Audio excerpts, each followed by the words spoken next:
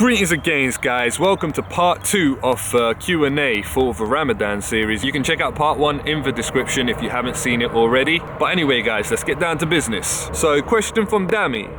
He's asking, what is the best way to lose fat around the waist, hips, abs, because I've lost my V shape? Okay, so this is a question I actually get asked a lot. People ask me how they can lose fat off their arms, how they can lose fat off their stomach, their chest, their legs, whatever part of their body, right? So my answer specifically to Dami is that you have to diet. You have to get yourself on a caloric restricted diet, and you have to diet down, slim down, and eventually you will lose the fat from the areas that you want to lose fat from. The thing with losing fat is we store energy, which is essentially fat, in different places. I store it in my stomach first, for example, whereas say my brother would store it in his hips. That's just the way the human body works. You can't spot reduce fat. You can't choose where you want to lose fat from. So you may lose fat from your face first, right?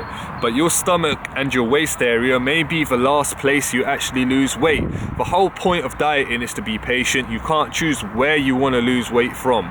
You just give it some time, keep dieting until you're happy with how you look and your fat is reduced from the area that you want it gone from. So next question is from Yusuf, which isn't actually Ramadan related, but he asked this question under one of my Ramadan videos, so I feel inclined to answer. And this question is, do you recommend training alone? Okay, I recommend training alone, but then I don't recommend training alone. I recommend training alone because gym partners let you down a lot.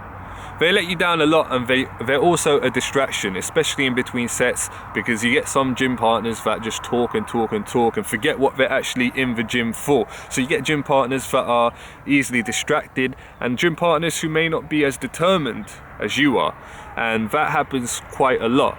But having a gym partner isn't too bad. A gym partner can also motivate you. A gym partner can also be there to spot you for chest days, especially when you're benching. Most of the time you need a spot. So gym partners can be a good thing, and gym partners can also be a bad thing. It just depends on who your gym partner is. Next question is from Hashim, who is 15 years old. 15 years old, huge respect to you, man. How did you get big and strong? What program and what volume did you train at, and what nutrition? Okay, so this was me actually compressing his question because his question was quite lengthy, but basically that's what Hashim was saying.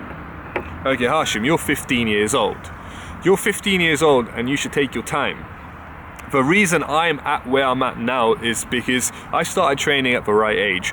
I'm not saying that you shouldn't be training at 15 years old, because that's great. The earlier you start, the better it is. But the thing is, you are lacking resources. For example, you're 15 years old, so you may not have the financial resources to support yourself, and I did. Secondly, the nutrition side of things, another financial issue. And thirdly, I started training at the age of 21 when my body was pretty much fully developed. You're 15 years old, your body is still developing. It shouldn't really matter too much. You shouldn't take this seriously. I encourage you to train, I encourage you to get fit, I encourage you to want to be strong and big, but you're 15 years old. And how I got to where I am now is because I had access to the resources, I had the time, I wasn't at school, I wasn't dependent on my parents, and I was a fully developed man. Also, in terms of training, I have a 6-day split. I have a 6-day split, and on each day I train a specific muscle. So I would do arms on one day, I would do chest on another, I would do back on another, I would do leg on another, etc, etc. And I also train high volume. But like I said, you're only 15 years old.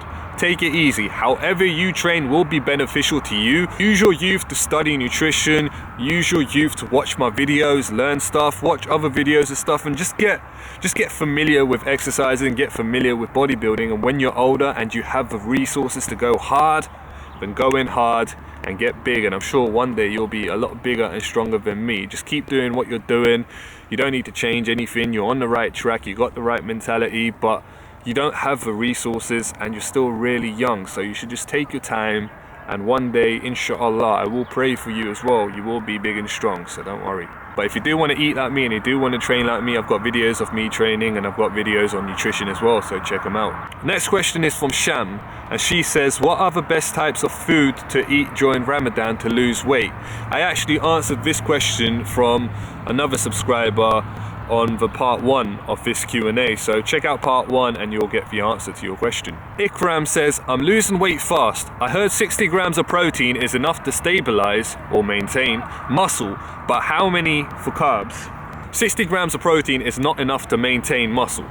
60 grams of protein is not enough to maintain muscle, and whoever told you that is lying to you. They're selling you a dream. What I suggest is consuming 1 gram of protein per pound of body weight. So if you're 150 pounds, for example, you need 150 grams of protein to maintain your muscle. 150 grams or more, but 150 grams should be bare minimum. 60 grams only if you weigh 60 pounds, which I highly doubt. 60 grams of protein is simply not enough to maintain muscle. To lose weight, yes it is, because you'll be losing all your gains. In terms of carbs, like I said, I say it in all my videos, it's calories in, these calories out. Your calories can come from protein, can come from carbs, can come from fats. It just depends on how many calories you're consuming. And I've got a video on how to diet, which you can check out in the description. Work out your calories, get on a caloric deficit diet, make sure you're consuming 1 gram of protein per pound of body weight, and the rest will be explained on that video, so check it out. So the last question is from Naeem. He says, should we eat anything after Tarawih prayer before going to the gym, or is what we eat for iftar enough? Okay, so what I eat for iftar is enough for me to go to the gym after prayers. If you have a reasonable meal, so a good sized meal that satisfies you and fills you up, you get your proteins in, you get your carbs in, and you get your fats in, and you have a well balanced meal, then yeah, it's enough to train. In fact, you can even train on an empty stomach. The only important thing about training is to be hydrated. As long as you're hydrated, you can train on an empty stomach. So to answer your question, yes, the calories consumed during your iftar meal are enough to train after Tarawih prayer. But anyway guys, that concludes the Q&A. If you want to ask questions for next week's Q&A, then leave them in the comment section. If you got me on social media, ask me the questions via social media. If you want to email me, then you can email me your questions at ajqueries@gmail.com. As always guys, don't forget to comment, like and share. If you're new to the channel, make sure you subscribe right now. If it don't make gains, it does not make sense.